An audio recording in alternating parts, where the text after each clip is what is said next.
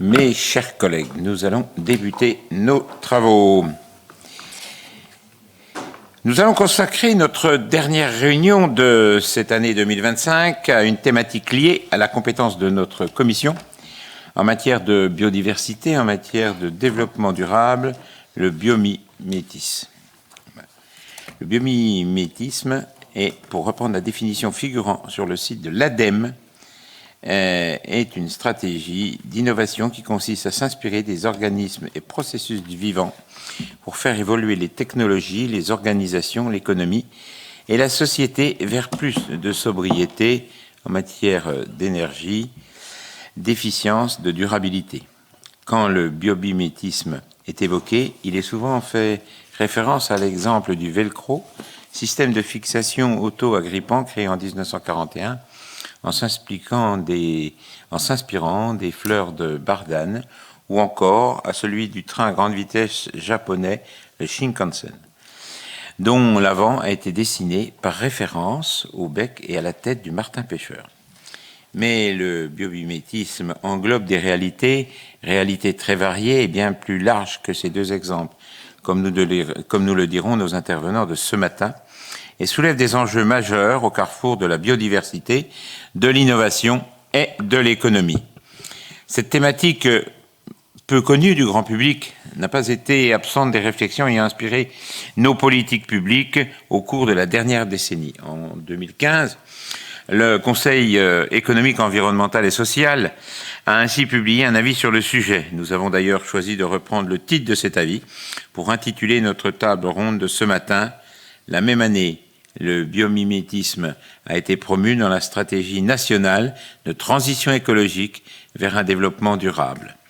En décembre 2021, l'Office parlementaire d'évaluation des choix scientifiques et technologiques, l'OPEX, a publié une note scientifique sur ce sujet. Nous avons ce matin convié des intervenants au parcours et au point de vue complémentaires permettant d'éclairer notre commission. Je les remercie vivement d'avoir accepté notre invitation. Nous avons le plaisir d'accueillir ce matin M. Tariq Tchetchak, directeur du pôle stratégie inspiré du vivant à l'Institut des futurs souhaitables, qui pourra notamment nous présenter l'historique et les enjeux scientifiques du biomimétisme, une approche ancienne dont la conceptualisation scientifique est récente. Madame Patricia Ricard, présidente de l'Institut océanographique Paul Ricard. Madame Ricard a été membre du Conseil économique et social de 2010 à 2015 et l'autrice de l'avis du CESE sur le biomimétisme. Nous comptons sur vous, Madame, pour nous présenter cet avis et les propositions qu'il comprenait, mais aussi pour évoquer les initiatives prises dans la dernière décennie. Madame Geneviève Changissen, directrice de la formation tout au long de la vie à l'École nationale supérieure de création industrielle, mais également administratif, comme Madame Ricard, du Centre d'études et d'expertise en biomimétisme. Madame Changissen pourra nous présenter le CBIOS, son rôle d'interface entre les modes industriels, académiques et institutionnels, mais aussi les enjeux spécifiques en matière de formation. Nous regrettons enfin l'absence de Emmanuel Druon, président de l'entreprise Pocheco, engagé dans une démarche de biomimétisme qui ne peut finalement être présent ce matin. Sans plus tarder, je vous cède la parole, mesdames et messieurs, non sans vouloir remercier encore une fois votre présence parmi nous. À la suite de vos interventions liminaires, je donnerai la parole aux membres de la commission afin qu'ils réagissent à vos propos et puissent vous interroger. Vous avez la parole. Je vous remercie infiniment de votre invitation. En une dizaine de minutes, je vais essayer de vous dresser le portrait du potentiel du biomimétisme, ce qui est un vrai challenge, parce qu'il y a un potentiel qui peut aller à différentes échelles, de la cellule à l'écosystème, en termes d'inspiration que l'on peut prendre au sein de cette diversité du vivant. Et peut-être pour dire que l'art de s'inspirer de la nature pour innover, c'est vieux comme l'humanité. Probablement que nos ancêtres chasseurs-cueilleurs regardaient les espèces chassées, les termites construire leurs termitières pour inventer des techniques, des armes, des techniques agricoles aussi, pourquoi pas, en regardant la façon dont, par exemple, même certains insectes ont inventé l'élevage bien avant nous. Les pucerons, par exemple, sont élevés par certaines fourmis. On ne sait pas, mais en tout cas, c'est vieux comme l'humanité et c'est bien normal. Parmi le monde occidental, évidemment, on a une figure un petit peu comme le Léonard de Vinci qui disait « Observez la nature, c'est là qu'est votre futur ». Ce qui est plus récent, c'est le fait de mettre une intention particulière qui est celle de répondre aux grands enjeux environnementaux de l'époque. Et ça, c'est une Américaine, Janine Benyus, qui en 1997 a posé dans le mot biomimétisme cette intention-là. On pourrait dire, pour le faire très simplement, que le biomimétisme est une philosophie de la conception qui intègre intrinsèquement des objectifs comme répondre aux enjeux du dérèglement climatique, de l'érosion de la biodiversité, et également aux enjeux humanistes. Et ça, c'est une norme maintenant qui commence à définir un peu ces différents termes, qui existe, une norme ISO, la TC 266, qui a posé un peu de clarté. Et je vous cacherai pas que dans le grand public, on mélange un petit peu plusieurs termes, comme la bio-inspiration, la bionique. Et même dans le passé, ces termes ont évolué. Dans les années 70, bionique voulait dire bio-inspiration. Et puis, il y a une série, peut-être certains d'entre vous s'en rappellent, L'homme qui valait 3 milliards, où c'est devenu de plus en plus robotique, prothèse, alors que c'était pas le cas dans les années 70. En tout cas, biomimétisme, biomimicry en anglais, c'est de l'éco-conception inspirée de la nature. Et c'est outillé. C'est outillé, il y a des méthodes. On peut partir d'un modèle biologique qu'on trouve déjà inspirant. C'est le cas de Georges de Mestral que vous citiez, donc qui se promenait avec son chien. La fleur de barbane s'accroche au poil du chien. Et c'est comme ça que le velcro est apparu en observant. Et on a déjà le modèle quelque part sous les yeux. C'est aussi, je pourrais citer la peinture qui imite la surface auto-nettoyante de la feuille de lotus. On a déjà la feuille de lotus. Il suffit de comprendre, c'est pas si simple des fois, comment ces propriétés déperlantes sont provoquées par la surface de la feuille de lotus et qui permet d'auto-nettoyer les poussières et les incrustations. Et ce qui est beaucoup plus compliqué, c'est quand on a un problème à résoudre et qu'on n'a pas le modèle vivant, potentiellement source d'inspiration a priori. Et donc il nous faut partir en quête d'une solution. C'est le cas du Shinkansen, par exemple, ou bien d'autres innovations que vous connaissez dans votre quotidien, comme les winglets au bout des ailes de certains avions. C'est imiter de certaines plumes des rapaces pour casser les turbulences et donc améliorer quelque part la pénétrabilité dans l'air. En tout cas, c'est outillé, on a des méthodes pour pouvoir accompagner ça, et peu de gens savent, y compris en France, que même notre célèbre tour Eiffel est indirectement bio-inspirée, puisque Gustave Eiffel avait travaillé avec un ingénieur allemand qui avait étudié la coupe sagittale de l'os de fémur humain, pour voir où la matière était répartie, principalement sur les lignes de force, et avoir une structure résistante et légère en même temps. Antonio Gaudi, évidemment, vous connaissez tous ces exemples en Espagne, où lui mélangeait esthétisme, rappelant le vivant, mais également analyse structurelle. Et maintenant, on a de plus en plus d'acteurs, évidemment, dans le biomimétisme et l'architecture, l'urbanisme, où on sort de ces exemples historiques. Je voudrais maintenant vous illustrer par des exemples plus récents et franco-français. J'en ai sélectionné que quelques-uns, mais imaginez que la bibliothèque est beaucoup plus large. Ici, c'est une start-up française qui a fait parler d'elle un petit peu pendant les Jeux Olympiques, car ils sont partis du constat, en fait, grâce à un ingénieur qui s'appelait Monsieur Drevet, que chez les poissons, il n'y avait pas d'hélice. Et chez les mammifères marins, non plus. Et que des millions d'années d'évolution ont conduit par des chemins différents au même type de solution pour se déplacer dans un milieu liquide, c'est-à-dire une membrane ondulante.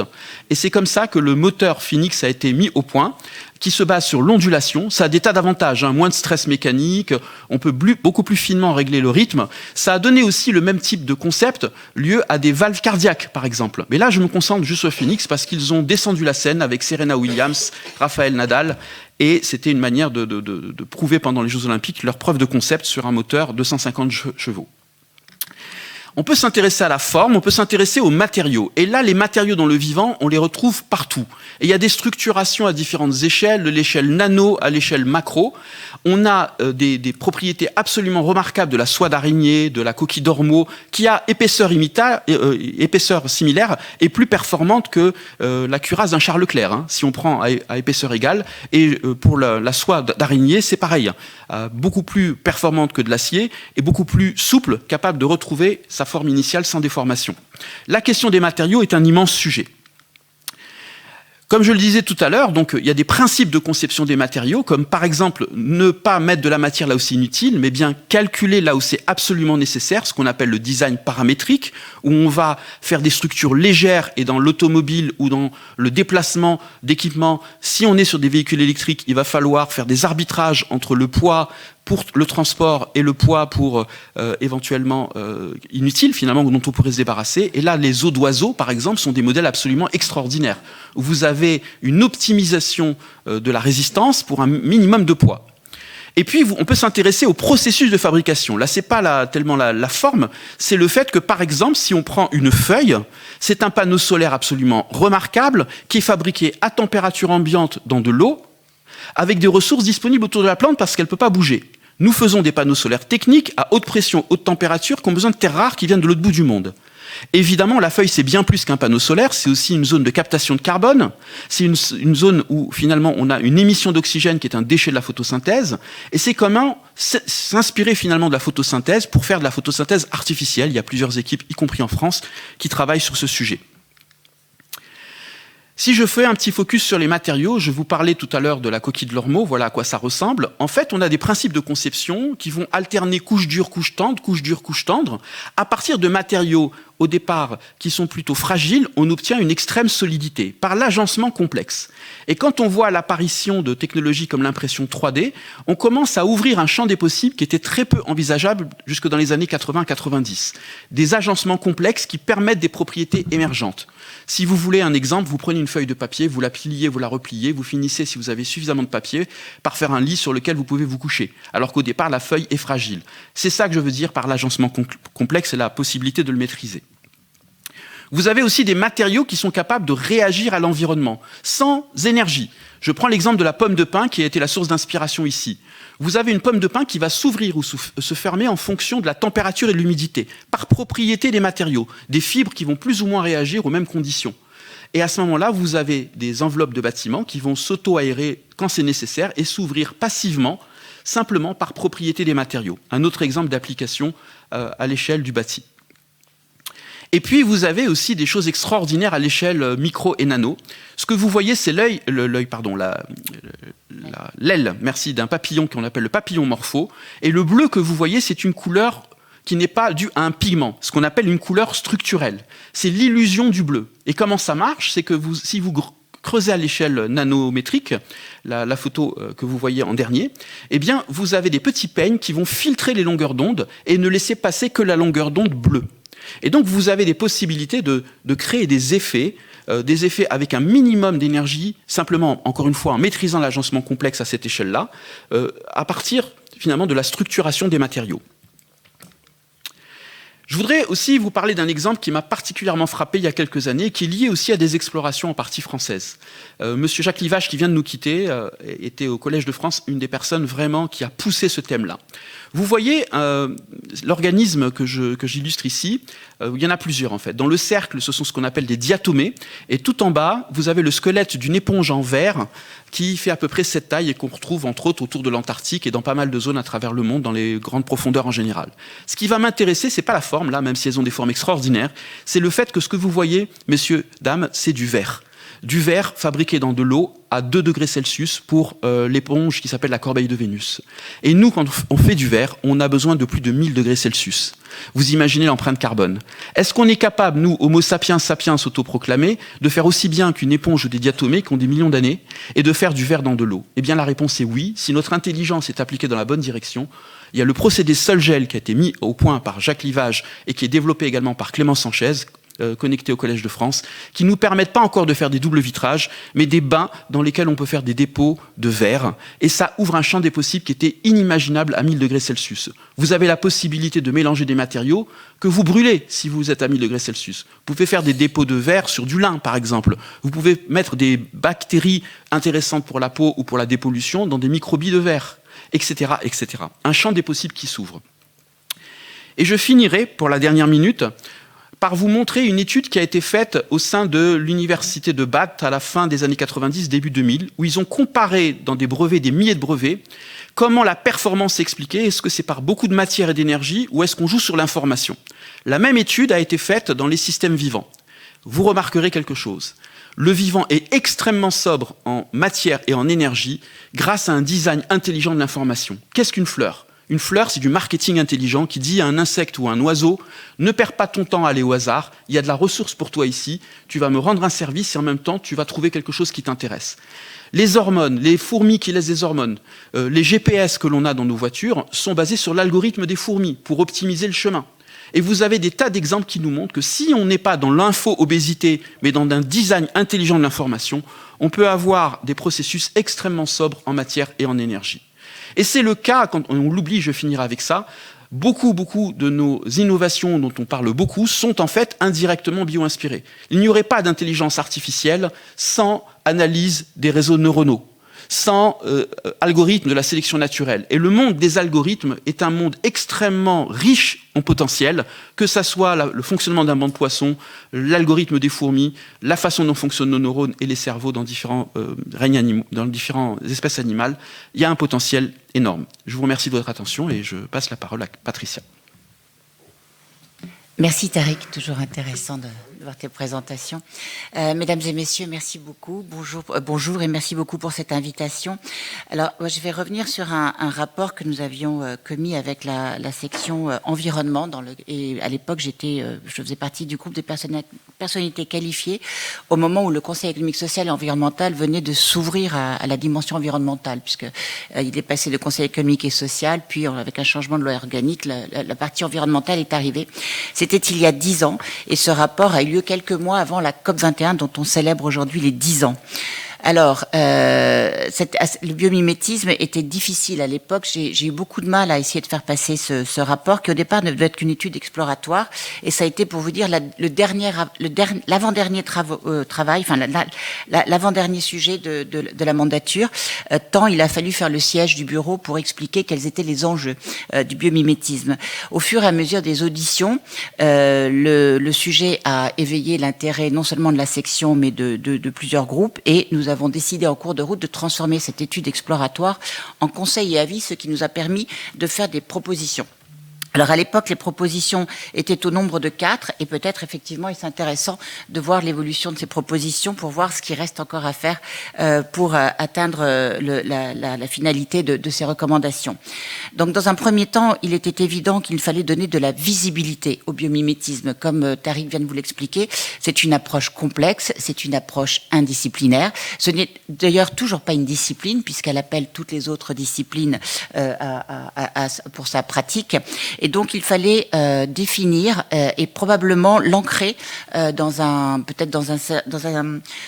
peut-être aujourd'hui, ça serait très difficile de rattacher le biomimétisme à un ministère, parce qu'il serait aussi pertinent au ministère de la Recherche, au ministère de l'Agriculture, au ministère de l'Environnement, bien sûr, au ministère de l'Énergie. C'est-à-dire qu'on a affaire à une approche qui est totalement transverse. Et comme vous le savez, la transversalité est quelque chose qui est difficile à inscrire dans un champ réglementaire d'un côté et dans un champ administratif. Ensuite, il y avait tout un travail d'inventaire à faire pour voir à quel point la France était bien placée à une échelle européenne ou à une échelle internationale et essayer de mettre en évidence ce réseau qui est déjà un petit peu actif, mais qui ne se reconnaît pas toujours comme tel. C'est-à-dire que certains laboratoires de recherche vont avoir des actions et des études qui se rapprochent de la démarche biomimétique, mais qui ne se revendiquent pas comme telles. Et donc aujourd'hui, si on veut structurer ce paysage, il est intéressant d'avoir les acteurs. Et c'est, je me permets de le dire, c'est ce que le CBIOS fait depuis une dizaine d'années également. Et puis en fait, vraiment comprendre que cette approche biomimétique peut aujourd'hui répondre à tous ces enjeux dont on ne parlait pas encore à l'époque, qu'on pourrait peut-être aujourd'hui mettre sous les sciences de la durabilité. Si on revient sur l'exemple du plastique ou du verre, si vous voulez faire, les gens qui veulent arrêter le plastique mettent souvent en avant la dimension polluante des microparticules de plastique, notamment dans les eaux et dans l'océan. Et ceux qui mettent en avant l'utilisation du verre vont aller dire oui, mais attention, vous dégagez du carbone. Il se trouve que là, on aurait la possibilité d'avoir une réponse innovante qui permettrait de répondre à ces doubles enjeux de la durabilité. Aujourd'hui, lorsqu'on parle de durabilité, on s'inscrit dans un nexus qui consiste à faire attention à, évidemment, le changement climatique, donc les émissions carbone, lutter contre l'érosion de la biodiversité qui ne fait que s'accélérer, Et bien sûr, maintenant, depuis un petit peu plus récemment, la prise en compte de l'océan, dans lequel j'inclurais également tout le service hydrique, puisque la plupart des pollutions arrivent par les fleuves et les rivières. Nous avons aujourd'hui une nouvelle approche onusienne qui va être le grand cycle One Health, c'est-à-dire que nous avons aujourd'hui la compréhension des enjeux communs de l'humanité et de la nature, la santé de l'un dépendant de la santé des autres. Donc nous avons ici encore un petit peu de travail à faire sur la visibilité donnée au biomimétisme et notamment j'allais dire son accrochage ou son intégration à un ministère de référence de manière à pouvoir être plus perceptible et plus facile à utiliser et à promouvoir. Ensuite, nous avions essayer d'identifier les obstacles. Comme vous l'a expliqué Tariq, nous sommes dans des enjeux de complexité, nous sommes dans des enjeux de taille, et par exemple, il est très difficile dans des règlements actuels et dans des législations actuelles de trouver une place cohérente et efficace pour le biomimétisme. On avait à l'époque pris l'exemple de l'agriculture, et notamment la permaculture dont vous avez sans doute peut-être entendu parler, qui aujourd'hui effectivement montre ses avantages, notamment sur le fait d'avoir sur des petites surfaces des rendements tout à fait intéressants. À l'époque de ce rapport, nous avions auditionné les gestionnaires de la ferme du Bec-et-Loing, et leur ferme faisait moins de 1 hectare. Il était très difficile d'avoir des propositions sur des enjeux agriculture quand on était sur une surface aussi réduite. On avait également mis en place la notion d'architecture. On voit aujourd'hui que les enjeux thermiques, si la durabilité a fait des efforts sur les panneaux solaires, l'éolien, nous avons encore une lutte à faire sur l'adaptation et notamment sur tous les enjeux thermiques, que ce soit le chauffage ou l'air conditionné. Nous allons vers des températures et des régimes climatiques qui laissent percevoir que ces enjeux vont être de plus en plus importants. Nous avions proposé que des approches biomimétiques soient questionnées, notamment dans les appels d'offres, lorsque l'État commande un chantier, d'intégrer cette nécessité d'études biomimétiques, en tout cas d'en explorer les potentiels et d'en prévenir les acteurs. Nous avions également amélioré la recherche et le développement. Donc là, on s'était heurté de plein fouet à cette difficulté d'inscrire dans des cases bien significatives quelque chose qui est éminemment transdisciplinaire et transversal. Enfin, nous avions pensé qu'il était temps de remettre un petit peu de sciences du vivant dans le paysage éducatif. Aujourd'hui, les enfants sont totalement bercés par la technologie, que ce soit dans les outils qui les intéressent, on ne reviendra pas sur les réseaux sociaux, les téléphones portables, l'ordinateur, et un engouement extraordinaire pour l'intelligence artificielle. Mais cette intelligence artificielle serait un outil extraordinaire d'exploration du vivant. Mais encore faut-il que ce vivant soit perçu comme une information, comme un data, comme une richesse. Notamment, je pense à la France avec ses territoires d'outre-mer, avec sa biodiversité et notamment certaines espèces endémiques. Et il faudrait peut-être redonner dans le paysage éducatif et notamment dans les petites classes cet intérêt et cette importance du vivant, peut-être à travers un éclairage biomimétique pour comprendre que la biodiversité peut être non pas seulement un problème, mais qu'aujourd'hui on peut la mettre un petit peu plus davantage sous l'éclairage des solutions. Ensuite, nous avons effectivement renforcé l'enseignement supérieur. Dans un monde idéal, il faudrait pouvoir mettre du biomimétisme dans chacun des cursus, que ce soit bien sûr réglementaire, qu'il soit la science de l'ingénieur, qu'il soit... Voilà, c'est-à-dire que le biomimétisme faisant tellement appel à toutes les disciplines qui aujourd'hui structurent nos compétences professionnelles, industrielles, de recherche, voilà, il faudrait vraiment avoir la possibilité d'avoir des cursus un petit peu plus souples et pouvoir mettre du biomimétisme, je dirais, un petit peu dans chaque université. Voilà, en fait, ces quatre recommandations, aujourd'hui, ont trouvé des chemins un peu à la façon de l'eau, notamment dans l'industrie, par exemple. Je ne sais pas si tu as parlé de L'Oréal. Mais l'entreprise L'Oréal, qui est une grande entreprise internationale, qui fait sa richesse économique sur une innovation tout à fait remarquable et pratique depuis quelques années déjà cette approche biomimétique, et a même au sein de son conseil, dans son comité de direction, Green Science Officer, donc une personne dont la responsabilité est d'explorer justement ces sciences du vivant pour aller y trouver de l'innovation, que ce soit sur les produits, sur les packaging, mais également sur la façon de s'adresser aux consommateurs. Donc là, on est vraiment dans une optimisation d'excellence de cette approche. On va retrouver également, notamment au niveau de l'agriculture, et là je vous parlerai peut-être du groupe Pernod Ricard que je connais mieux. Aujourd'hui, l'agriculture régénérative est quelque chose dont on parle souvent. C'est inscrit dans la démarche de durabilité, dans la CSRD de l'entreprise.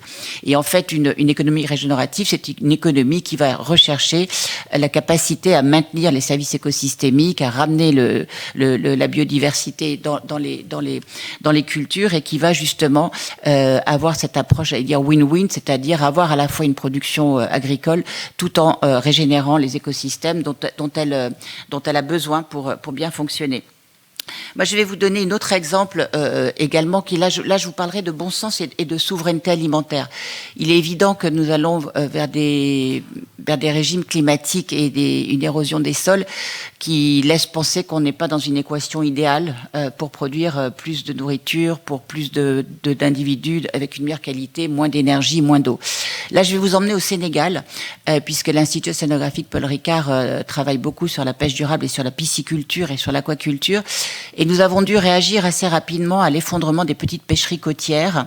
Et nous sommes partis avec la Fondation Veolia, car nous avons remarqué que les femmes qui étaient à l'époque s'occupaient du traitement et de la vente des poissons juste lorsque celui-ci arrivait sur la plage, se sont retrouvées totalement démunies, puisque les pêcheries se sont effondrées. Les hommes sont partis à l'usine de farine de poisson, mais les femmes sont restées un peu démunies et se sont reconverties avec plus ou moins de bonheur et d'adresse dans un maraîchage de fortune. Nous avons réalisé que, ce faisant, elles avaient accès à de l'eau, et nous leur avons proposé de devenir aquacultrices, c'est-à-dire piscicultrices. En fait, on utilise l'eau qui sort du pompage lorsqu'elle est bien fraîche et oxygénée.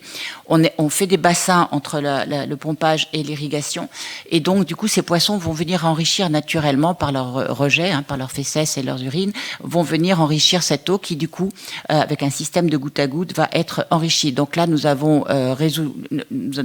apportons une réponse naturelle à la problématique des engrais qui sont de toute façon trop chers pour elles. Nous avons également perçu que le fait d'avoir ces bassins de poissons leur donnait quelque chose qui peut être assimilable à un compte en banque. Ces femmes n'ont pas accès au système bancaire, la santé des enfants, voilà. Et en fait, on s'est rendu compte que tout simplement en remettant une chaîne trophique, une chaîne alimentaire avec tout simplement des productions primaires, nous arrivions à résoudre des problématiques qui demain seront vraiment sensibles. Ce projet a reçu le prix du Conseil mondial de l'eau, et dans une dernière étude sur les sciences de la durabilité, c'est un projet qui aujourd'hui adresse 10 objectifs de développement durable sur un total de 17.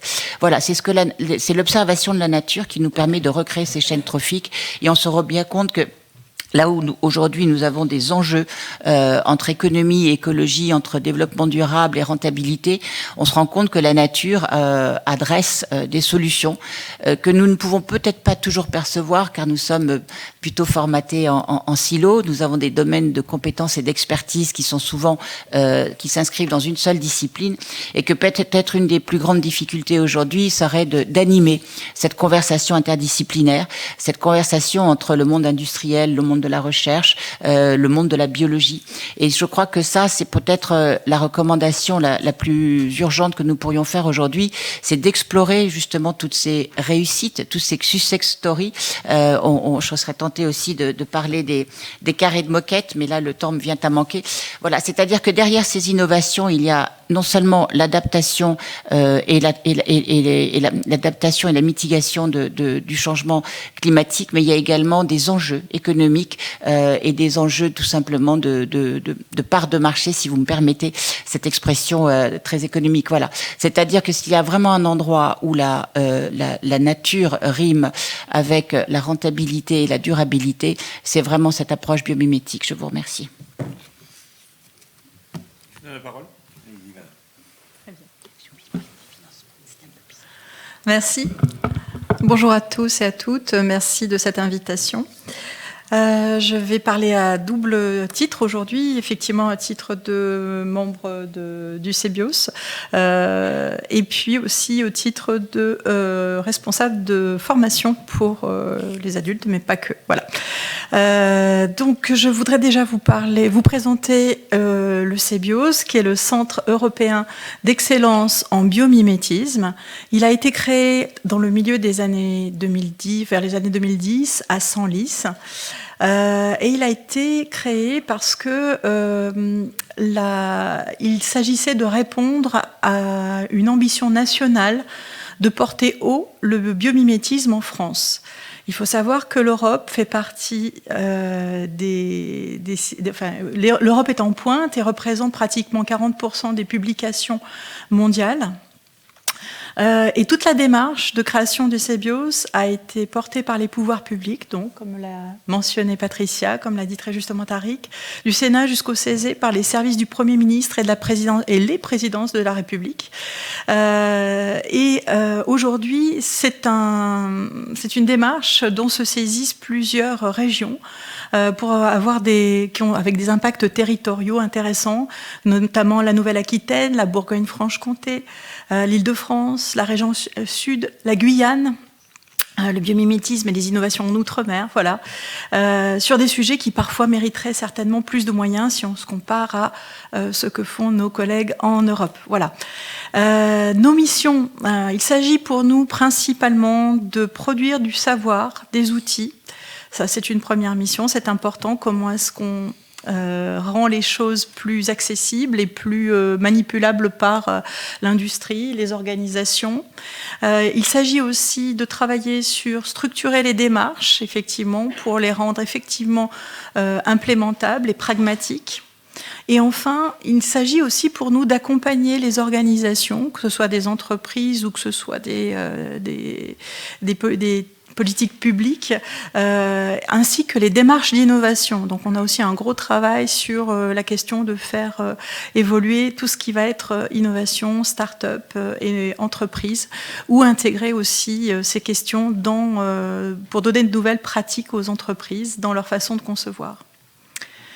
Donc pour nous, le biomimétisme est vraiment un levier de renouveau industriel et aussi de conservation de la biodiversité. C'est vraiment une promesse de mieux vivre pour chacun.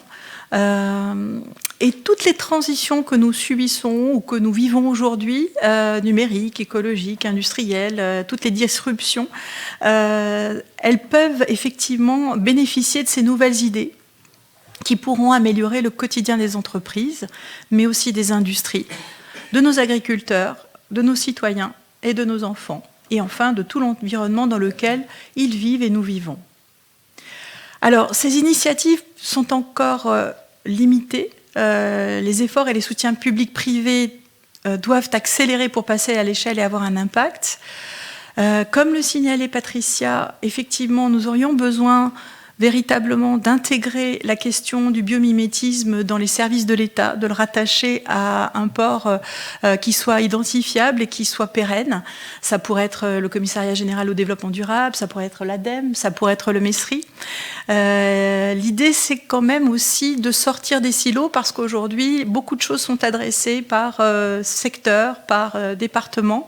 Et là, on est sur un sujet qui a une vision transversale, holistique et qui est capable d'embrasser la complexité, de la gérer.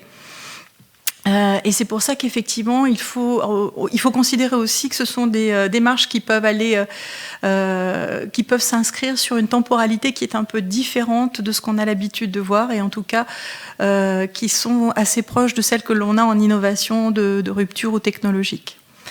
L'autre chose importante pour nous, ce serait effectivement qu'on travaille sur un financement structurant en vue d'un intérêt général. C'est-à-dire que nous avons besoin de développer des actions d'utilité publique, des plateformes qui soient accessibles au plus grand nombre de nos entrepreneurs, mais aussi de nos enseignants, de nos organisations, de nos territoires publics, pour qu'effectivement ils puissent transformer leur scénario de vie et leur futur vers des choses plus désirables.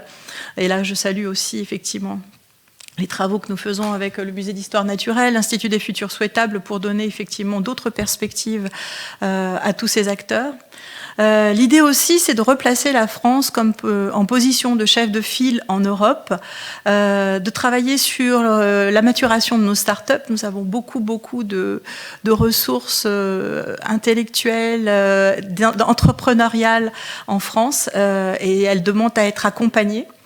Il s'agit aussi de développer des outils stratégiques et Tariq vous a présenté tout à l'heure Asteria rapidement. Asteria est une plateforme qui émane du CBIOS. Nous avons créé cette plateforme pour travailler sur faciliter l'accès aux données biologiques, pour travailler sur des solutions bio-inspirées. Cette plateforme travaille aussi avec des intelligences artificielles, mais tournée véritablement vers le bien commun et vers un travail de transformation de nos techniques, de nos pratiques et de nos usages de conception. C'est pour cela que je vous parlerai aussi des relations que nous avons avec le CBIOS en tant qu'École nationale supérieure de création industrielle. Depuis 2012, notre école travaille sur les questions de biomimétisme. Alors l'école fait partie des 10 premières écoles européennes. Elle est première en France. C'est un fleuron du ministère de la Culture et de l'Industrie qui se sont réunis pour passer au-delà des silos et travailler de façon transversale. Et nous travaillons sur tout ce qui va être création industrielle, design, et tourné vers l'innovation. Il faut savoir que les premières formations diplômantes en biomimétisme en France sont apparues uniquement vers 2020. Souvent, les formations jusque-là ont été saupoudrées sous forme de modules, de sensibilisation, et uniquement pour des professions très ciblées comme les ingénieurs et les architectes. Pour notre part, donc, nous avons été sollicités par le CBIOS en 2019. Et il se trouve qu'à l'intérieur de l'école, nous avions déjà des gens qui étaient très avancés au niveau exploration sur comment appliquer le biomimétisme dans l'innovation. Donc nous approchons un biomimétisme que nous avons couplé au design afin de former de nouveaux professionnels, des concepteurs, des designers, des ingénieurs et des architectes, mais aussi tous les autres métiers chargés de projet. Donc aujourd'hui, j'ai dans mes élèves à l'école des gens qui sont aussi des chargés de production dans le bâtiment, dans l'industrie, mais aussi des RH, des élus, des gens qui s'occupent de politique publique et qui travaillent à effectivement la transformation de leurs pratiques. Donc nous avons travaillé sur une alliance du biomimétisme et du design parce que d'un côté, nous avons une approche très technique par le biomimétisme, mais vous le savez, donc par exemple, on peut parler des recherches aérodynamiques pour réduire sur les plumes d'oiseaux pour la SNCF. Mais vous avez remarqué aussi que la transition écologique, la façon dont on peut changer notre façon de travailler et de concevoir, ça passe par nos usages, nos cultures, notre envie et surtout la proposition d'un futur qui soit désirable et que l'on ait envie d'adopter, je dirais presque sans effort, puisqu'effectivement, il est désirable.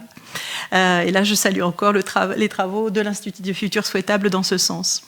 Donc, du coup, le travail sur la culture, les usages, les habitudes, les expériences des utilisateurs, c'est le travail des designers, des concepteurs, des architectes.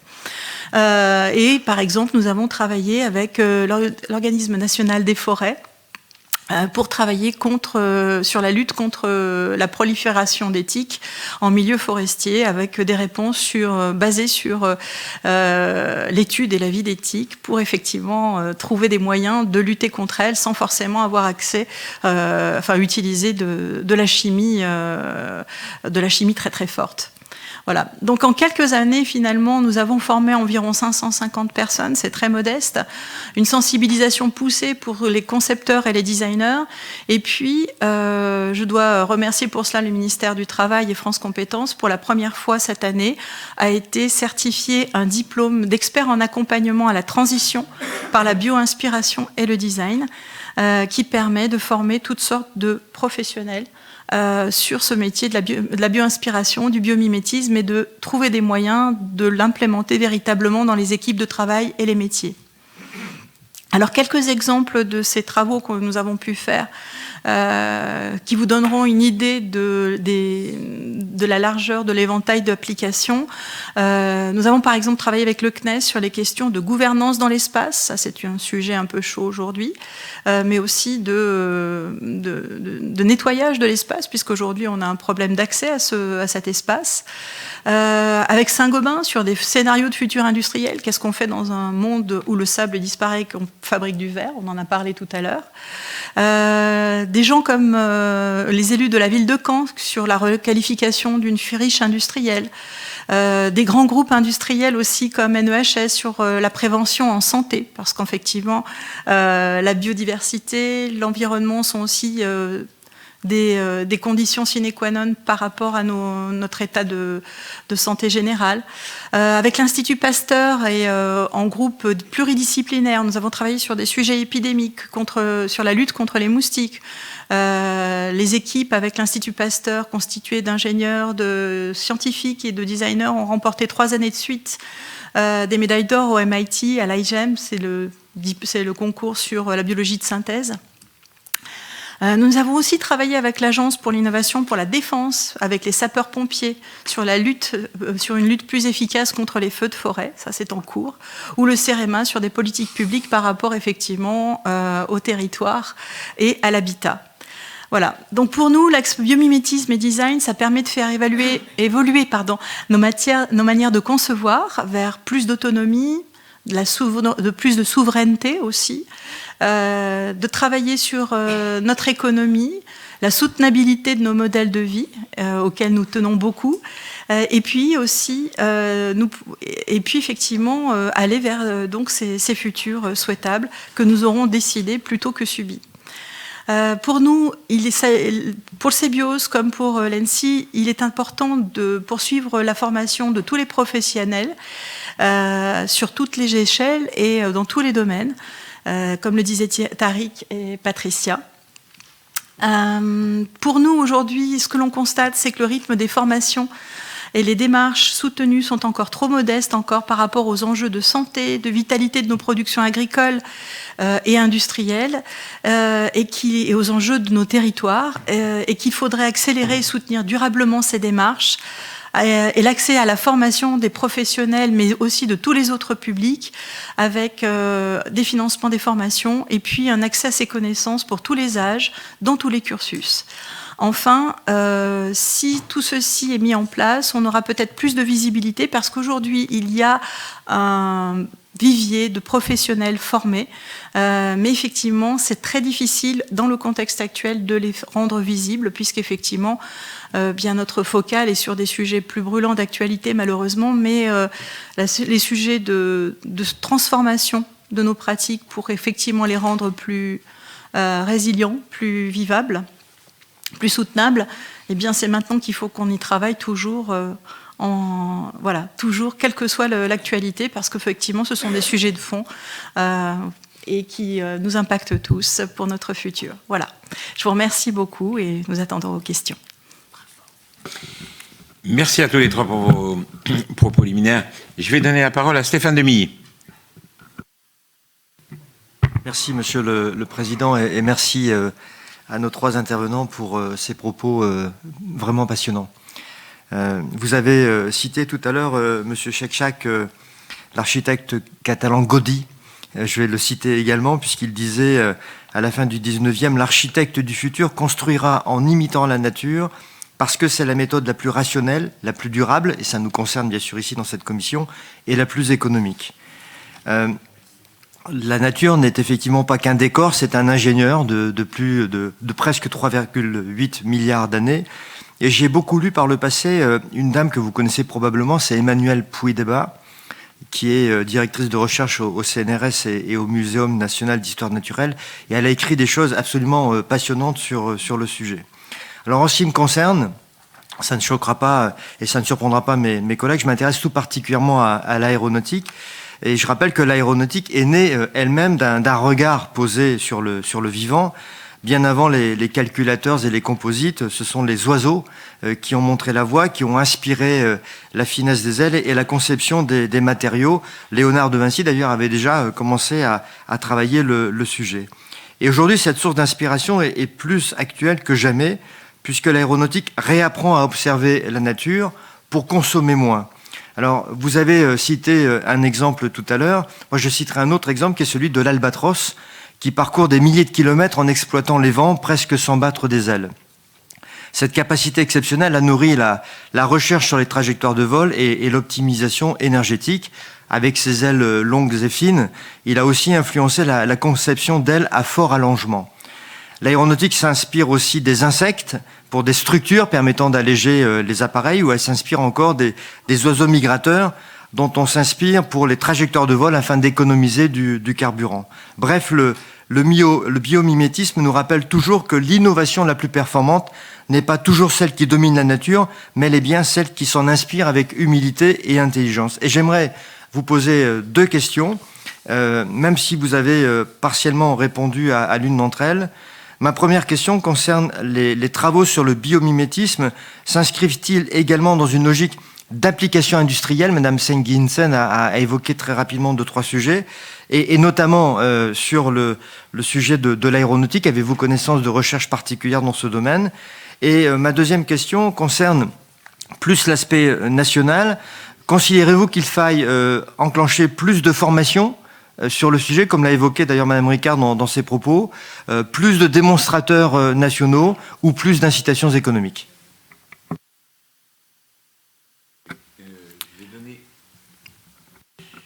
Je vais donner la parole à Michael Weber.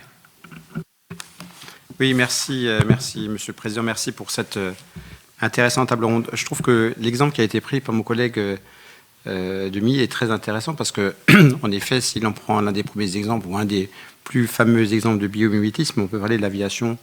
Et c'est vrai que de le prendre de cet angle-là, c'est intéressant. Néanmoins, en gros, j'ai un peu tendance à dire qu'il y a le biomimétisme d'ancienne génération qui a un impact sur l'environnement, et il y a le biomimétisme à recréer qui doit limiter l'impact sur l'environnement. C'est peut-être là-dessus qu'il y a un débat de fond qui est à avoir entre nous, parce que combien même on s'inspire, la question, si l'on veut rester cohérent et face aux enjeux que l'on a aujourd'hui, c'est d'en faire un usage qui nous permette, en quelque sorte, de répondre aux enjeux et de réussir la transition.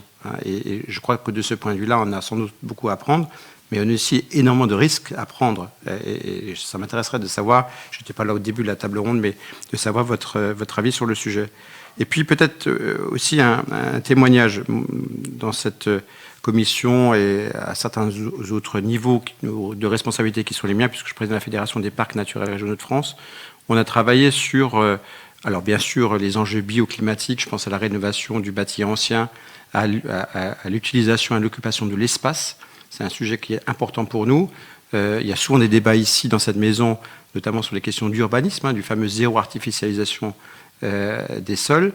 Et donc, il y a peut-être aussi là un sujet à traiter, c'est-à-dire comment est-ce que le biomimétisme peut être un atout, un accompagnement pour, par exemple, la rénovation du bâti ancien. C'est un des sujets qui, pour moi, me tient à cœur. En utilisant des matériaux qui ont des vertus, on le sait, peut-être bioclimatiques tels qu'on a connus par le passé, que l'on redécouvre aujourd'hui, et peut-être que de ce point de vue-là, il y a aussi quelque chose à apporter. Puis, dernier sujet, c'est bien sûr celui de l'agriculture.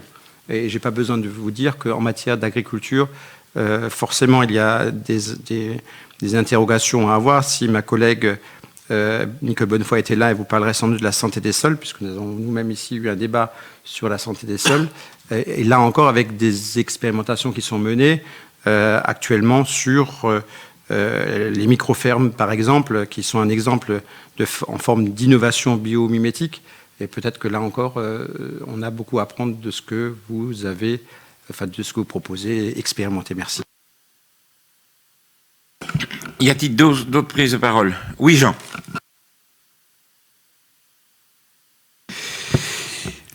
D'abord, je voudrais vous remercier pour l'éclairage que vous nous avez donné. Vous nous avez fait découvrir beaucoup de choses que, personnellement, j'abordais pas. J'aurais deux sujets. Le premier, c'est sur la production de verre. Est-ce qu'on peut envisager, sur le plan économique, de fabriquer des bouteilles à un coût raisonnable qui remplacerait nos bouteilles plastiques? Et le corollaire, c'est est-ce que ces bouteilles, on peut les recycler après? Le deuxième sujet, j'ai entendu madame parler de protection de la forêt contre l'incendie. Donc, travail avec le CEREMA et avec les SDIS. Est-ce que vous pouvez un petit peu développer? Merci. Y a-t-il d'autres intervenants? Eh bien, s'il n'y en a pas, je vais donner à nos invités.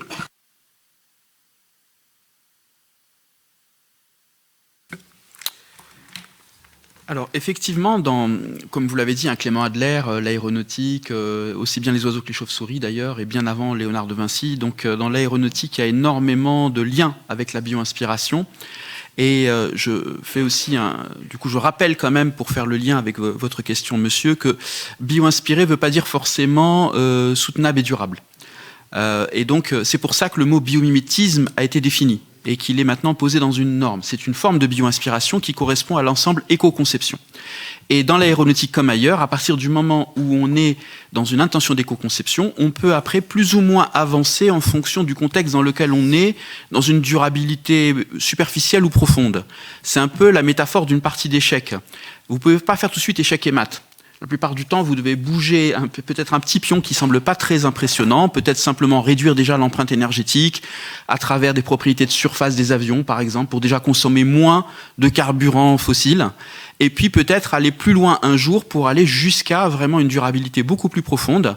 Mais ça ne se fait pas en fonction des chaînes de valeur. Si c'est une start-up, il y a peut-être plus de marge de manœuvre. Quand il y a une longue histoire industrielle, eh bien, on a une phrase au sein de l'Institut: les solutions du XXe siècle sont devenues le problème du XXIe. Et donc, il nous faut prendre en compte cela et puis essayer de bouger. Donc moi, ce que je vais vérifier avec mes clients, c'est toujours qu'il y a cette intention-là, et je ne vais pas forcément juger du premier mouvement.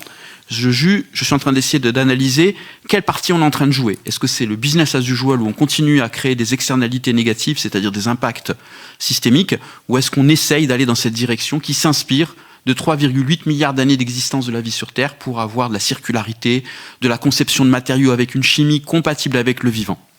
Et pour être plus précis, il y a par exemple des explorations au sein d'Airbus sur des cloisons aussi à l'intérieur des avions pour pouvoir faire ce qu'on appelle du design paramétrique, comme je le disais tout à l'heure, mettre de la matière seulement là où c'est nécessaire, sans sacrifier les propriétés structurelles. Il y a aussi la peau de requin qui a inspiré une surface, parce que les peaux de requin sont très fortes pour faciliter les écoulements laminaires. Et donc, si vous imitez la structuration de la peau, j'ai pas trop le temps de rentrer dans les détails, vous facilitez les écoulements laminaires. Donc, vous réduisez aussi la résistance et donc vous dépensez moins d'énergie inutilement. Donc, il y a des propriétés de surface comme ça qui sont aussi explorées. Évidemment aussi sur les formes, les vols, vous l'avez dit, comme les vols d'oies en formation pour ensemble, un peu comme les cyclistes, quand ils sont en train de faire, ensemble dépenser moins d'énergie. Tout ça aussi est exploré. Ça n'a pas encore vraiment été testé à ma connaissance, mais à part dans le domaine militaire quand même. Mais sur les vols civils, pas encore vraiment. Mais en tout cas, c'est exploré, etc., etc. Et je voudrais vous citer quand même un oiseau extraordinaire, la barge rousse, que m'a fait découvrir, d'un point de vue de ces performances-là, en tout cas mon ami Gauthier Chapelle, qui est capable de faire une migration extrêmement longue et qui digère une partie de ses muscles à la fin quand elle a plus d'énergie. C'est un peu comme si l'avion consommait une partie de son moteur et que ça pouvait ensuite être réversible sans aucun problème. Donc là aussi, il y a encore matière à creuser pour imaginer des systèmes qui s'approchent des performances métaboliques de certains animaux. C'est étudié aussi dans l'automobile, la performance métabolique, dans les différents régimes d'un cheval, par exemple, et comment cela peut aussi inspirer les régimes moteurs pour minimiser les déchets. Parce que c'est ça ce que fait notre organisme. On a un maximum de performance pour un minimum de déchets organiques, sinon on a des crampes, on a des problèmes. Je vais être, peut-être pour aller sur d'autres partie de la question. Pour moi, ce qui est le plus intéressant du point de vue de la bio-inspiration, c'est ce que Lucienne a appelé les solutions fondées sur la nature. Pour qu'il y ait biomimétisme, il faut qu'il y ait un acte de design ou de conception inspiré du vivant. Même si pour le moment c'est mis dans des compartiments différents, si on lutte contre les îlots de chaleur, si en ville par exemple, si jamais on conçoit les industries comme notre ami de Pocheco qui n'a pas pu être là aujourd'hui, Emmanuel Druon l'a fait sur son site, avec cette idée d'une santé commune, santé individuelle des parties prenantes internes qui sont en train de travailler dans l'usine, santé également de la gouvernance, parce qu'à l'époque, quand il avait repris Pocheco, qui fabrique des enveloppes, il y avait de grandes crises de gouvernance, y compris du harcèlement, etc. Et puis santé des écosystèmes qui nous rendent de fiefs services, dont l'air que l'on respire, l'eau dont on a besoin, et on se rend compte maintenant qu'il y a des assureurs qui commencent à regarder sur les territoires, y compris pour les activités industrielles, quelle est la proportion de haies qui existe, est-ce qu'il y a encore des zones humides qui peuvent servir de tampons lors d'événements climatiques extrêmes. Et je pense entre autres au projet assumé comme biomimétique de Suez Environnement, la zone libellule, qui consiste à observer les zones fonctionnelles d'un marais pour pouvoir faire de l'épuration de micropolluants en sortie de station d'épuration. Là, c'est du biomimétisme et pas simplement de l'utilisation de la nature. C'est qu'il y a un acte de conception où on recrée les zones différentes du marais qui permettent plus ou moins de dépollution. Je m'arrêterai là pour le moment. Je sais pas si c'est Patrice. Oui, alors moi je veux bien venir sur la problématique de la zéro artificialisation nette qui est assez symptomatique de la façon dont nous construisons peut-être nos règlements aujourd'hui. C'est-à-dire que nous les concevons jamais à l'aune de ce que nous ne savons pas encore. C'est-à-dire que nous essayons de mettre ce qui nous semble être des solutions consensuelles. Donc souvent le consensus n'est pas non plus une accélération de l'innovation. Et en fait, si on zoome arrière, si vous permettez cette expression, la zéro artificialisation nette était faite pour justement laisser cette place à la nature. Mais est-ce que si en inversant le problème, on essayait d'avoir des villes et des actions d'urbanisme qui finalement viendraient à reproduire les services écosystémiques que la ville a détruits dans un premier temps. Donc en fait, je pense que si on arrive à avoir la notion d'impact, vous parliez des risques positifs et d'externalités positives et négatives, je pense que si on arrivait à avoir un petit peu des audits d'impact, que ce soit sur l'adaptation, l'économie de l'eau, la toxicité, la gestion des déchets, on pourrait voir la ville comme un territoire, on pourrait voir la ville comme un écosystème, on pourrait rentrer dans cette fameuse économie circulaire dont maintenant les gens sont, enfin, la notion est un petit peu plus facile à comprendre, et je pense que le fait de cesser un développement urbain ne rend pas la ville forcément plus verte. En revanche, l'inscrire et avoir un petit peu comme ça un inventaire de tout ce qui peut être amélioré en termes de gestion de l'eau, en termes de gestion des flux, les calories d'un côté qui peuvent être, voilà, les frigos des supermarchés sont des sources de calories qui peuvent permettre d'avoir d'autres adaptations comme de la pisciculture ou de l'aquaponie. Voilà. En fait, si on arrivait à regarder un ensemble, un lotissement, une ville, même à l'échelle d'un immeuble, de l'immeuble à la ville, il faudrait que chaque action soit perçue comme un écosystème à part entière qui ferait justement un petit peu l'inventaire de tout ce qui pourrait être amélioré et de tout ce qui mériterait innovation. Et là, je pense que cette notion d'artificialisation deviendrait obsolète. Voilà. Je sais que c'est un petit peu compliqué à comprendre aujourd'hui. Et en revanche, c'est surtout, je voudrais revenir aussi sur quelque chose, on n'en a pas parlé lors de nos présentations. Aujourd'hui, on a la compétitivité entre nos différentes entreprises au niveau régional, national. On a la compétitivité au niveau européen et on a surtout la compétitivité mondiale. Et aujourd'hui, l'actualité est pleine d'exemples qui ne vont pas vers plus de durabilité ou de santé ou de respect de normes sociales.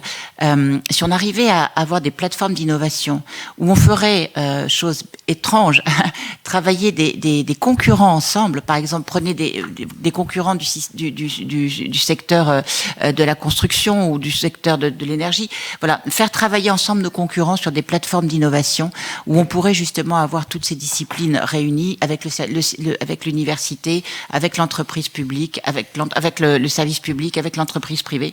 Et je voudrais attirer votre attention sur un sujet que nous animons à l'Institut, ce sont les GALPA, ce sont les groupes d'action locaux pour la pêche et l'aquaculture.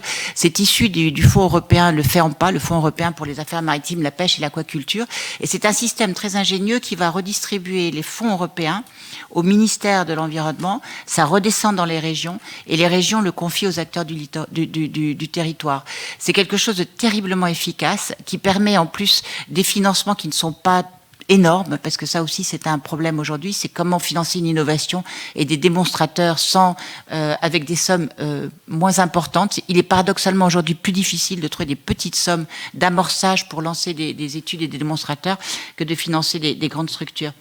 Donc voilà, donc je pense que le territoire est l'excellente échelle pour mettre en place ces solutions biodynamiques, biomimétiques, et surtout l'artificialisation est à mon sens, et ça n'engage que moi, peut-être au bout du compte une impasse qui fermerait la possibilité de se servir du territoire comme un démonstrateur d'excellence et d'adaptation avec des solutions inspirées par la nature. Merci. Et réponses complémentaires à apporter? Oui, parce qu'il y a pas mal d'autres questions qui ont été posées. Donc oui, très bien. Je vais essayer de faire court. Alors, sur la question d'effectivement aéronautique et biomimétisme, oui, bien sûr. D'ailleurs, on a travaillé avec l'ENAC, l'École nationale de l'aviation civile, à Toulouse, voilà, sur le futur de l'aviation, parce qu'ils se posent pas que des questions techniques, ils se posent aussi des questions humaines et de responsabilité. Donc, on a travaillé sur ces sujets-là. Application industrielle, bien sûr. Par exemple, le CBIOS a accompagné plus de 150 projets en recherche et développement ces dernières années. Je pense même, par exemple, précisément à une petite start-up qui a travaillé sur l'allègement des matériaux en partant de l'analyse des structures osseuses, et qui a développé un brevet pour effectivement appliquer ce principe à tout ce qui est bâtiment, structure, donc des applications industrielles et pragmatiques très précises. Voilà. Ensuite, effectivement, eh bien, plus de formation. Oui, on l'a dit, ce serait intéressant de ne pas voir que la biologie, que la science, que la technique, mais effectivement les relier entre elles, parce qu'effectivement elles ont des liens. Peut-être que c'est cette question des silos qui est un petit peu compliquée aujourd'hui, parce qu'il y a une interaction de tous ces domaines. Et puis effectivement, voilà, quand on retourne les gens vers la nature, c'est aussi un grand niveau de satisfaction et d'ouverture. Voilà, ça n'est pas que de la technologie, c'est aussi globalement tout ce qu'ils aiment dans leur vie. Donc je pense que c'est quelque chose qui doit pouvoir être développable sans trop de résistance. Vous avez parlé aussi de la protection. Oui, il y avait une question sur la protection des forêts et la protection incendie. Alors, il y a eu 2 projets. L'Office national des forêts travaille en interne sur des projets d'innovation. Mais nous avons travaillé avec eux sur un projet très précis qui est la protection des forestiers dans un système climatique où la température a fait exploser la population des tiques qui portent des maladies extrêmement dangereuses pour l'humain et pour les bêtes. Et donc, effectivement, on a travaillé sur des parcours d'utilisateurs pour analyser comment on peut protéger les forestiers avant, pendant et après. En s'inspirant de systèmes biomimétiques, notamment sur des principes de décourager l'accrochage des tiques, trouver un moyen effectivement de vérifier effectivement leur passage. Voilà, on a mis en place tout un système. Ça, c'est une première partie. Et puis un deuxième dossier qui est en train de se faire, et là c'est avec l'Agence pour l'innovation de la défense et les sapeurs-pompiers, qui nous ont posé des questions sur comment effectivement être plus efficace dans la lutte incendie. Voilà. Donc je comprends qu'on fasse le lien des forêts aux incendies, c'est clair, mais là les incendies c'est dans tous les théâtres d'incendie, que ce soit en ville ou en forêt, et comment est-ce qu'on peut améliorer la sécurité des personnels qui interviennent sur ces espaces et en même temps améliorer leur efficacité. Donc là, ils se sont beaucoup, de ce que je sais, au point où ils en sont sur l'étude, puisqu'elle est en cours, ils sont en train de travailler sur quelque chose qui épuise beaucoup les personnels en cours sur un théâtre d'opération au moment où ils sont pris dans les fumées, qui est, Tariq le disait, voilà, parfois c'est un petit changement qui peut tout changer. Et effectivement, par exemple, on s'est aperçu que les tuyaux qui sont apportés sur place, ils ont un énorme coefficient de frottement, ils épuisent les personnels. C'est un véritable danger pour les pompiers eux-mêmes d'une certaine façon.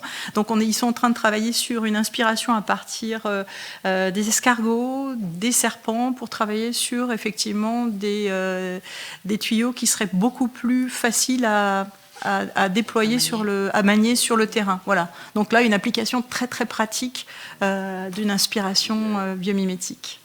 Voilà, merci. Bien, Monsieur Tchétchak, vous aviez J'ai oublié de répondre à une question, oui. Concernant des précisions. le verre. Excusez-moi. C'est un bel exemple, le verre, qui montre que, en fait, on a dans nos métiers ce qu'on appelle l'échelle TRL. TRL, c'est-à-dire que c'est le niveau de maturité, en fait, d'une technologie. Quand on est dans un TRL bas, ça a été mis au point par la NASA, entre autres, pendant les premières phases de la conquête spatiale. Un TRL bas, c'est qu'on est dans le laboratoire encore. TRL haut, c'est qu'on est déjà sur des objets ou des services qui sont déjà sur le marché et qu'on est dans l'incrémentiel, de l'amélioration. Et là, on est à mi-chemin avec cette histoire de verre. Et évidemment, plus on est bas dans le TRL, plus il faut soutenir pour pouvoir passer à l'échelle. Pour le moment, il y a quelques applications donc, du procédé sol-gel qui sont plutôt, par exemple, des semelles de fer à repasser pour faciliter en fait, le repassage. Mais aussi le toit de l'Opéra de Pékin pour faciliter des propriétés déperlantes. Il y a quelques explorations qui avaient été faites à l'époque par Jacques Livage, qui étaient plutôt des bactéries enfermées dans des microbilles, ce genre de choses. Et il n'y a pas encore, à ma connaissance, de bouteilles faites en procédé sol-gel. Et je pousse beaucoup les acteurs actuellement pour faire de l'expérimentation. Et évidemment, la filière n'est pas encore là. C'est pas le même procédé de fabrication, c'est pas le même procédé aussi de récupération. Peut-être que la bouteille en question, il faut la garder plus longtemps chez soi. Peut-être que c'est le réemploi qui est la solution et pas forcément le recyclage dans ce cas-là. Mais en tout cas, le point clé ici, c'est que c'est un changement de paradigme énorme dans la façon de produire et donc la façon aussi de mieux gérer l'énergie et la matière engagée. Mais il y a encore tout un chemin à faire. Et je dirais que c'est l'occasion pour moi de dire que actuellement, il y a une estimation qui a été faite en 2023 par nos amis New Corp Conseil, qui sont aussi membres de la SCIC. On n'a pas dit, mais le CBIO, c'est une société coopérative d'intérêt collectif, ce qui permet d'avoir aussi bien des grands groupes que des collectivités. On est orienté vers le bien commun. Et l'Institut fait partie d'ailleurs du CBIOS en tant qu'actionnaire de la SCIC. On est à 620 millions d'euros à peu près de levée de capitaux dans la direction du biomimétisme en France actuellement, avec des exemples comme ceux dont j'ai parlé tout à l'heure, hein, donc Phoenix, CoreWave pour les valves cardiaques, beaucoup dans le biomédical, pas mal dans l'agriculture avec ce qu'on appelle la confusion hormonale aussi, comment lutter contre les ravageurs en imitant les hormones sexuelles ou d'autres types d'hormones qui vont créer de la confusion et éviter que ces ravageurs soient potentiellement actifs. Et je vais citer Olivier Amand qui travaille pour l'Institut Michel Serres, qui dit « Dans le vivant, on prend du temps pour préserver de la matière et de l'énergie. Et nous, on fait exactement l'inverse. On veut gagner du temps, mais à grand renfort de matière et d'énergie. Donc c'est aussi une façon différente de concevoir la performance et de concevoir la manière aussi de produire en termes d'empreintes matériaux. 14 tonnes pour un Français et une Française en moyenne, hein, avec des immenses disparités de niveau de vie. Mais pour assurer notre niveau de vie, il y a 14 tonnes de matière. Le sac à dos qu'on ne voit pas, c'est ça. Eh bien, le vivant, vous l'avez vu avec le schéma que j'ai montré tout à l'heure, c'est une sobriété en matière et en énergie. Et comme un certain président de la République, et je ne veux pas faire de politique ici, a dit, ce n'est pas pourtant le retour à la lanterne des Amish. Loin de là. C'est arrêter des gaspillages qu'on se permet encore et que la nature ne se permet pas parce que sinon l'évolution fait le tri. Oui, je vous en prie, allez-y.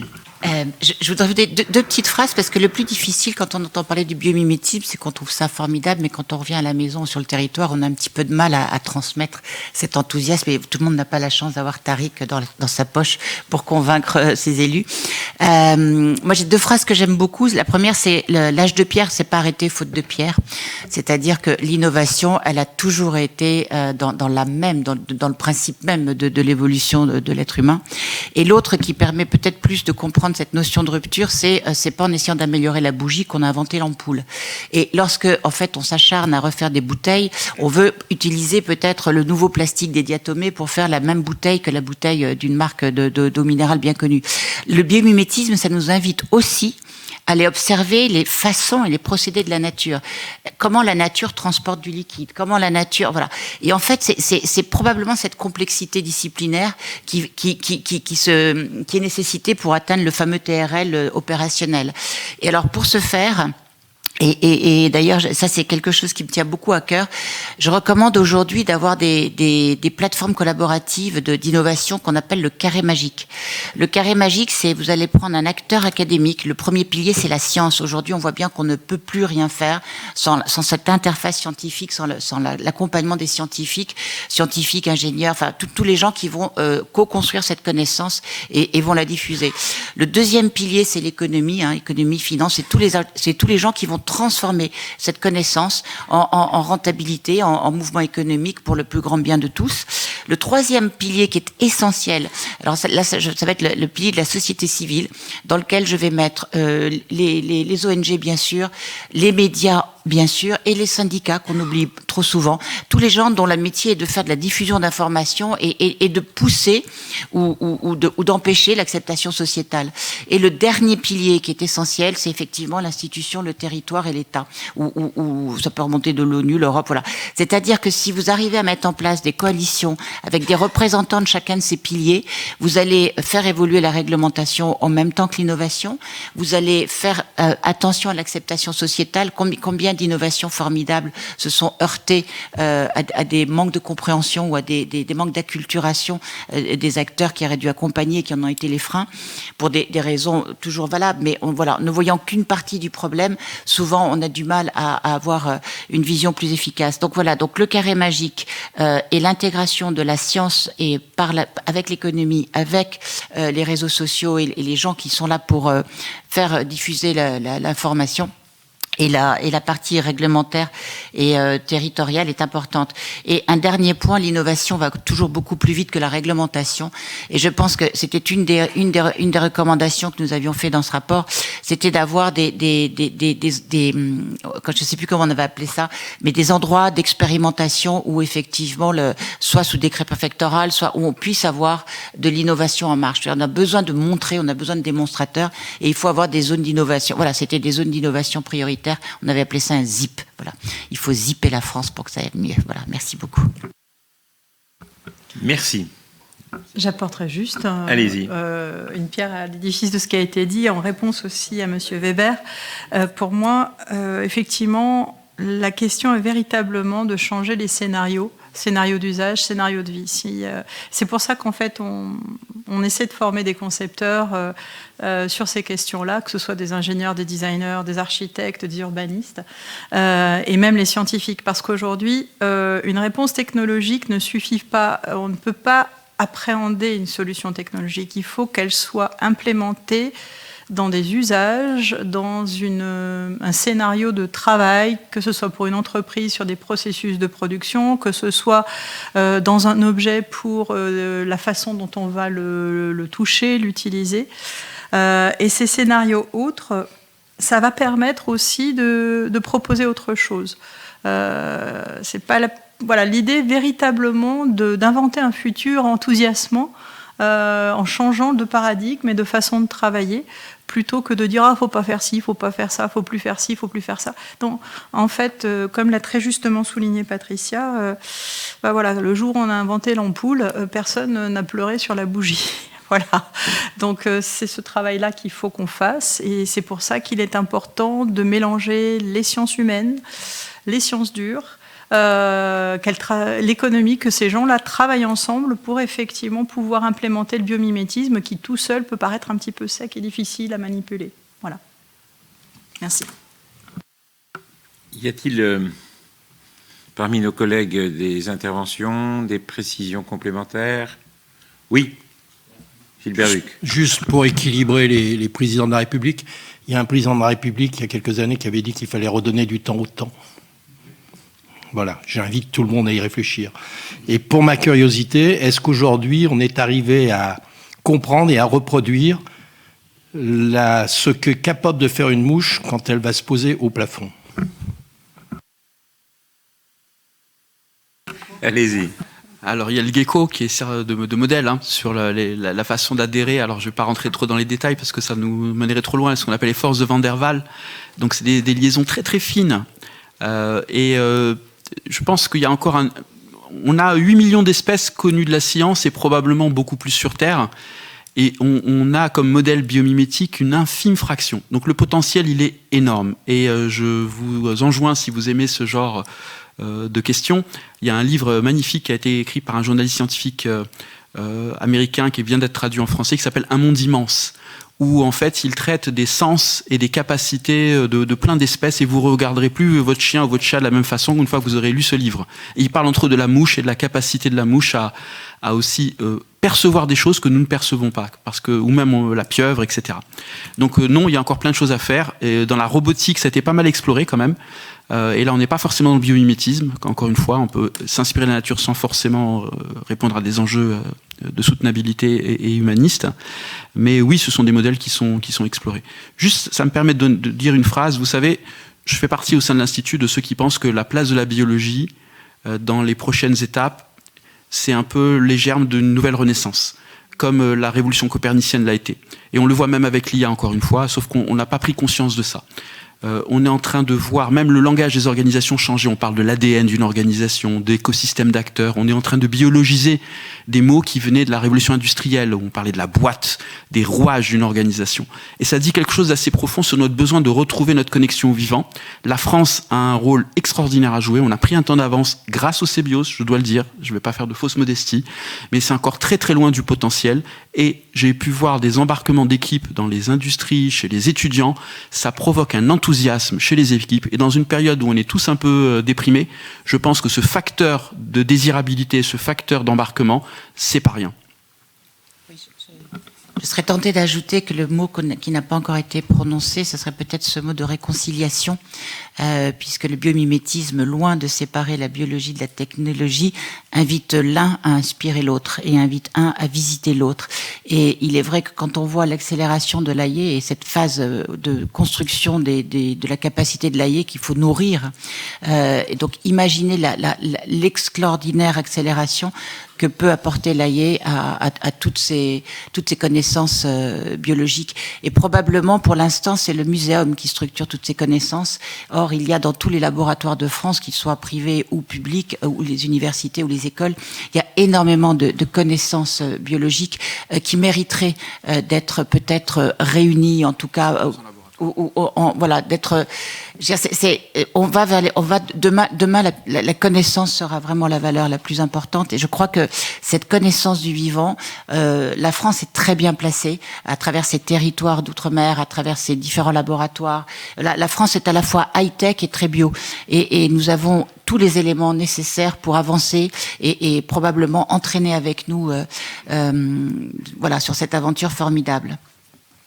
Merci. Je vais redonner la parole à Stéphane Demilly. Oui, non, je ne veux pas rajouter trop de questions dans le débat, mais on s'inspire des animaux. Est-ce que les animaux s'inspirent de nous ?